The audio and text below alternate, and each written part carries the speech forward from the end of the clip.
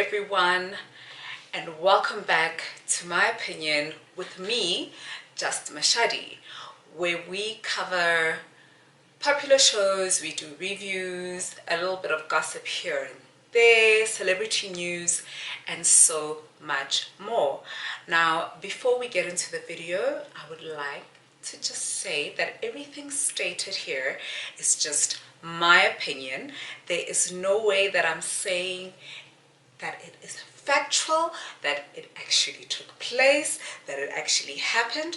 This is just my opinion.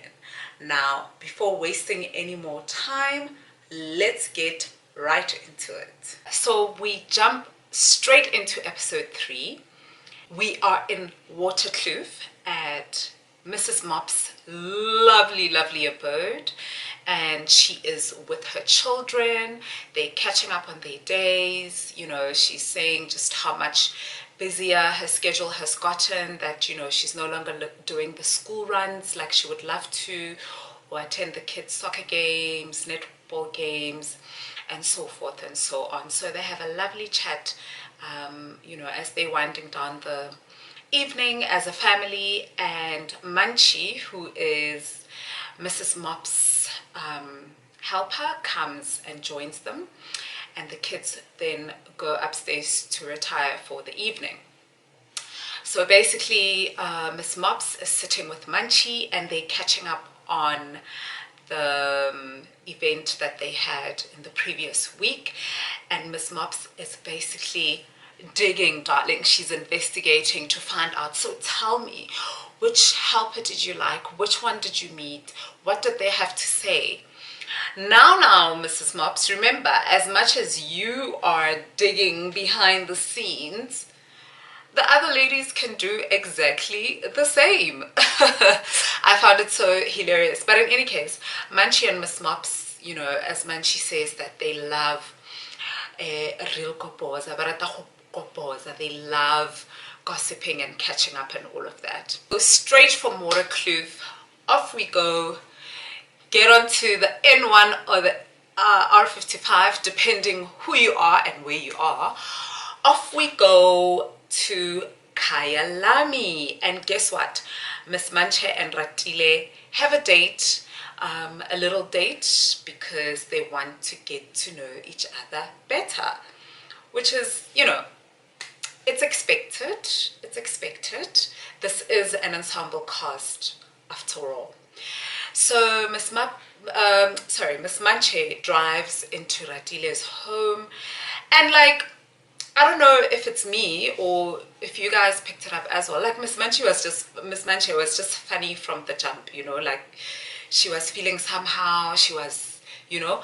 But as we go into the scene, I think it's that whole thing that they are just not vibing. The vibes are just not there. But anyways, I digress. So as we all can see, that Ratile's home is very grand. It's very grandiose. So much so that when Miss Manche came in, she said, "Oh, your home reminds me of Sun City. It's like Sun City or Lost City or whichever way." And you know, she went on to also say that her home is giving a very aged aesthetic, or a very antique aesthetic. I can't remember the exact same words that she used, but it was something along those lines, darling. And I remember just thinking, oops, is that a diss? Is it a compliment? I don't know. It depends on who you are, because for me, that whole Sun City, Lost City aesthetic, darling, it is just not the one for me. But yeah, she walks in and Ratile welcomes her into her home, and she has also organized an infusion with one of her staff members that Miss Manche will be getting while they are getting to know each other better. Now, as they're getting to know each other better, in Ratile's confessional, she goes and says that she actually has shopped at Miss Manche's store that used to be in Randburg, La Manche. I've also been to La Manche. and that, you know, she bought a blouse and so forth and so on. But the biggest fact being that Miss Manche used to be very good friends with Gifibu, aka Gifilo Gifilo Mabote. And yes, which is true. Gifilo and Miss Manche used to be bosom buddies, darling. They used to be hashtag friendship goals on the gram. We all loved and admired their friendship. But it seems as though there is a little bit of bad blood there. I will get into that. So as they are sitting there, Ratile says to Miss Manche that, oh yes, honey, I have shopped at your store before. And she goes in and says, and you know, you were friends with Giffy Boo, so what happened? And listen, it was such a bombshell. It was such a shock for Miss Manche because she didn't see it coming at all, darling. She didn't see it coming at all. You could tell from her facial expression. She was just like, oh my gosh, how could she? She was over it right at the beginning. And in her confessionals, she goes on and says she feels very, what's the word? Like caught unawares by Ratile asking these questions. But I'm sitting there thinking, ladies, if we're getting to know each other, let's get to know each other. As much as you, my darling Miss Manche, on your first meeting with Miss Mops, you did ask her about her previous relationship with her previous classmates from the Real Housewives of Johannesburg. So it's exactly the same in my eyes. There is no difference. Her asking you about your ex-friend and you asking Miss Mops about her ex-classmate is exactly the same. But in any case, you know, you can tell these two ladies are just not vibing. They're just not gelling. You know, you can hear by the confessionals as well. And this is where we found out that Ratile is actually married to an older man who happens to be 14 years older than her. And she, as she said proudly, that it's a Jay-Z and Beyonce type of age gap. Yeah, but nonetheless, they go into how, you know, when you date an older man, you know, society seems to have a problem with it. If you date a Nigerian, society seems to have a problem with it. And Ratile and Miss Manche just go into that conversation.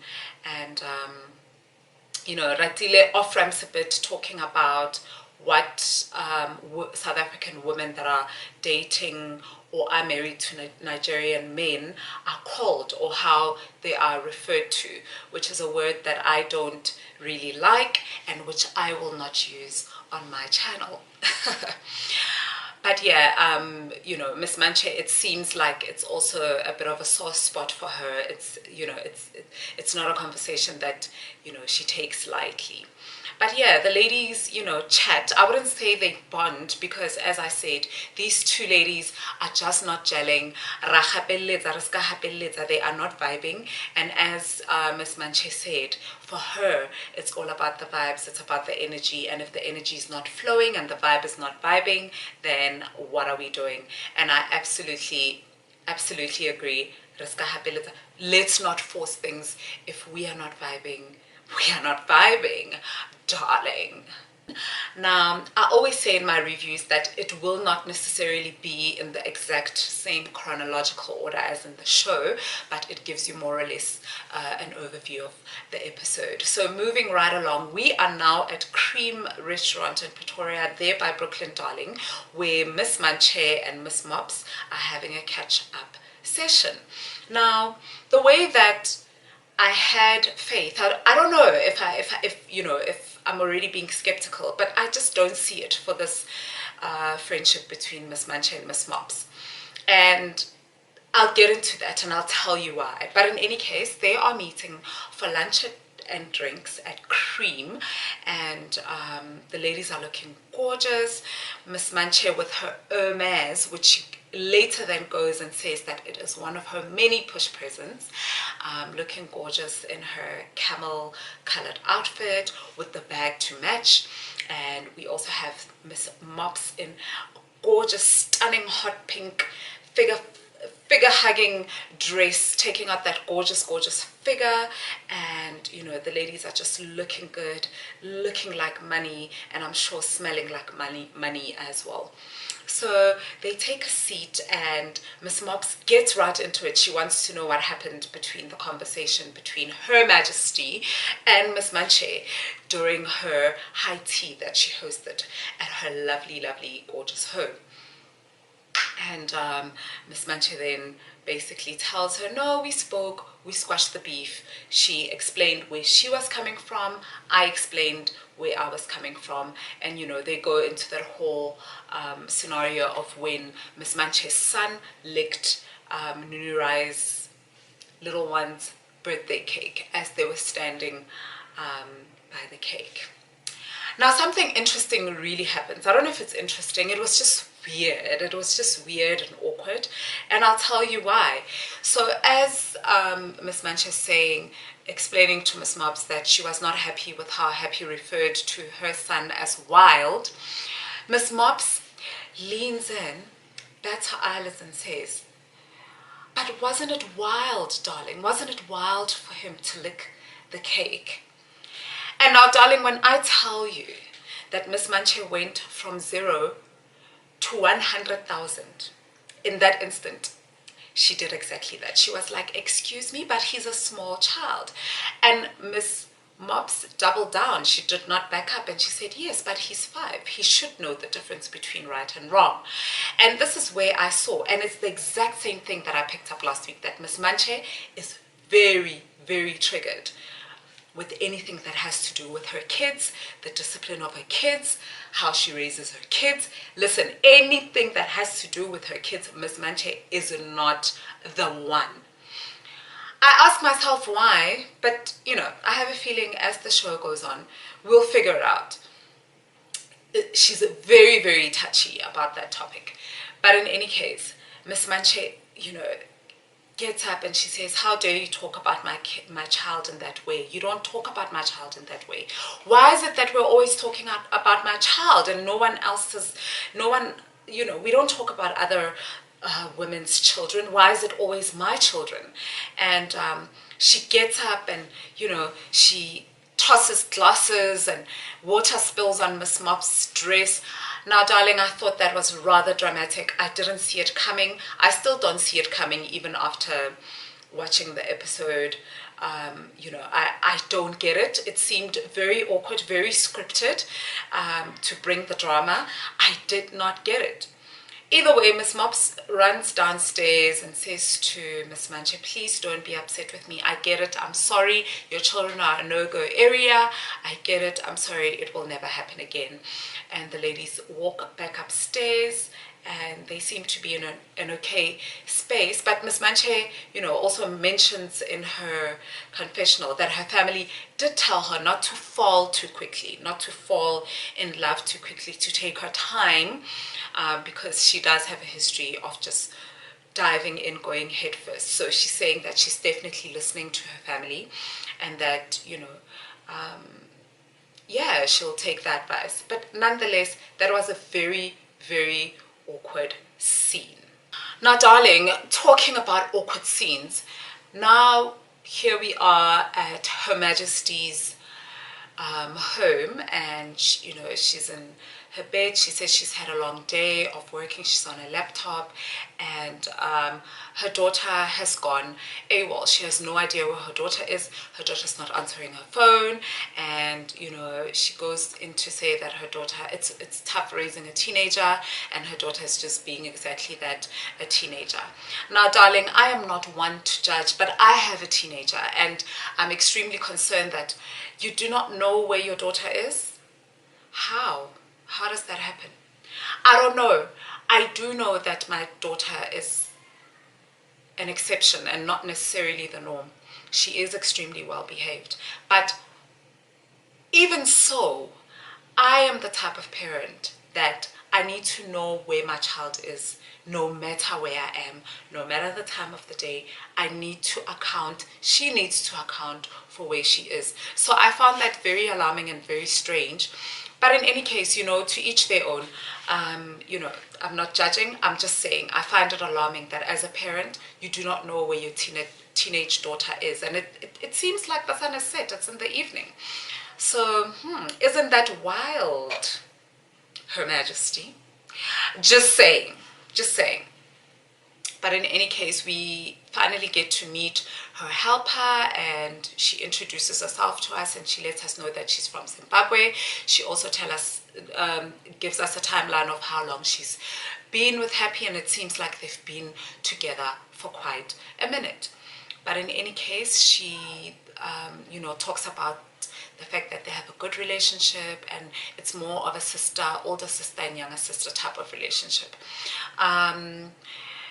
So Happy's in her bed, and her two daughters come and join her. Oh, sorry, before the two daughters come and join her, Happy is now on a call with her baby daddy, with the father of her child. The child in question is the one that is AWOL, that is missing in action, darling. And she's basically, talking about her frustrations, and her baby daddy, seems to be sharing the same sentiments that I do, that sometimes don't give the child too much freedom. Sometimes we need to reel her in here and there. And, it seems to be an interesting co-parenting relationship, because Happy then goes and says that he's never parented. And, it's as if he's taking out his frustrations on her and all of that. And Happy even goes to say, what is the update with her visa? Because I want her out of here. Like, like, it's your turn. You be a parent. You parent. Not her exact words, but, basically that's where the conversation is heading.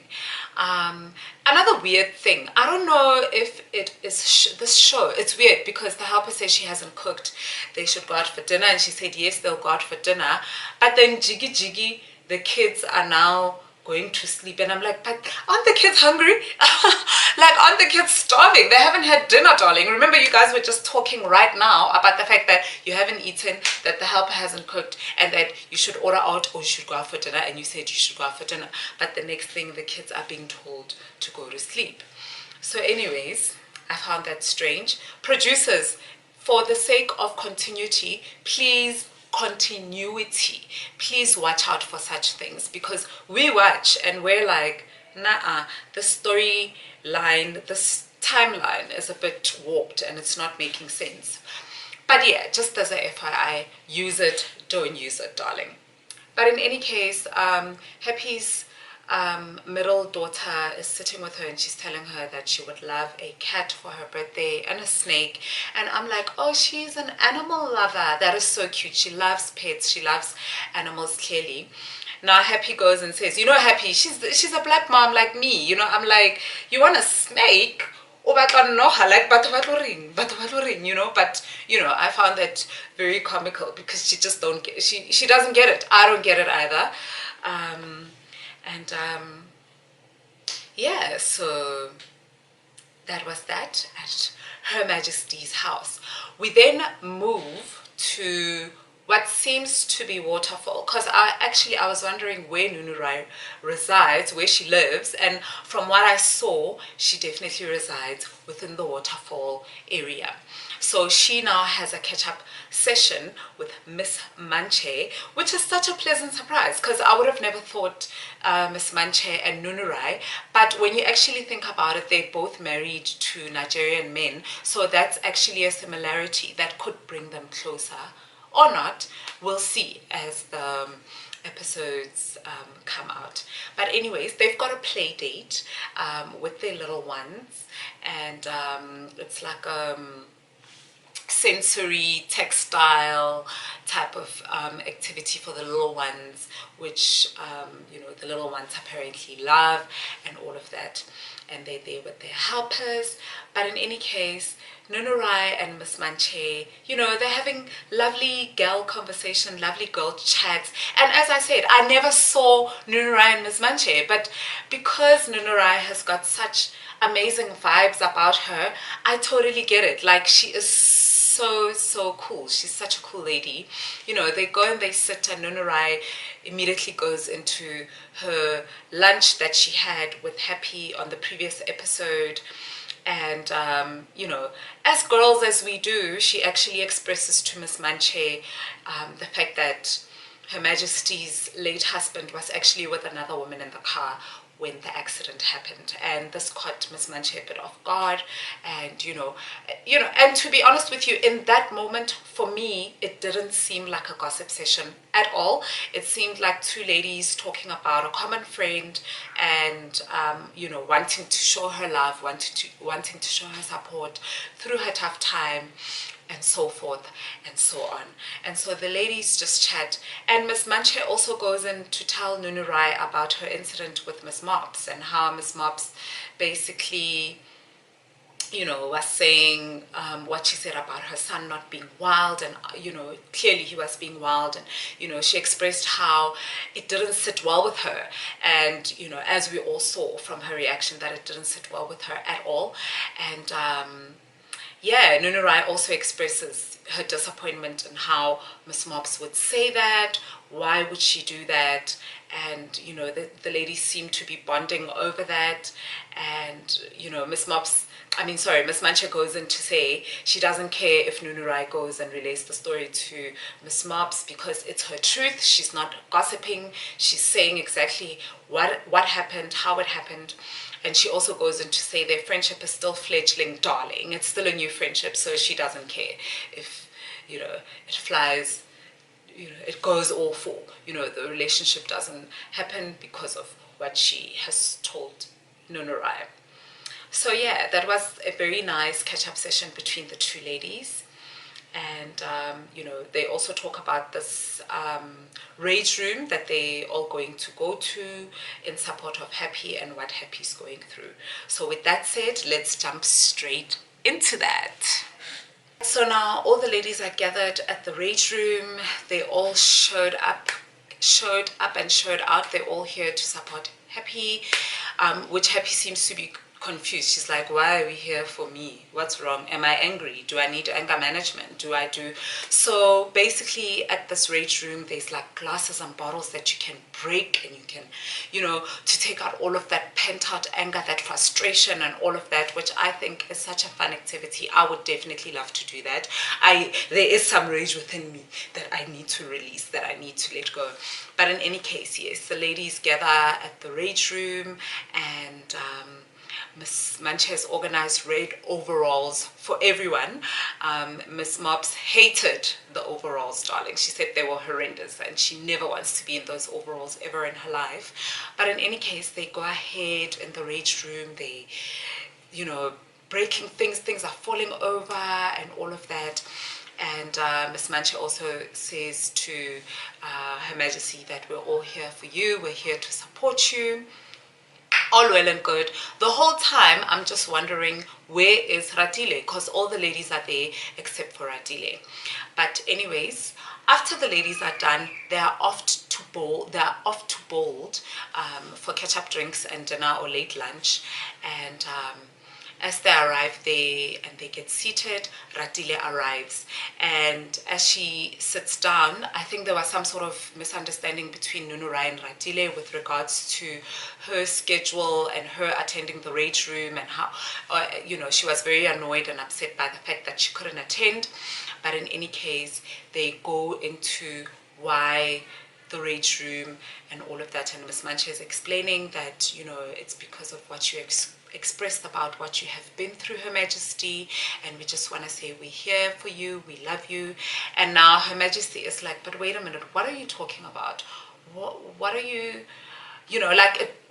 this is personal. Like, this sounds like it's personal, and I don't recollect sitting down with you and telling you about my life and my issues. And Miss Manche pretty much basically says, no, well, I had a conversation with Nunurai about the conversation you had with her. And darling, when I tell you that Her Majesty was not having it, she was like, what? Sorry? So were you guys gossiping about me? Were you guys talking about me? Now, with that said, that was the end of the episode, and we are clearly going to get into that in the new episode. And yeah, so that was the review for this week. I hope you enjoyed it, and please come back for more.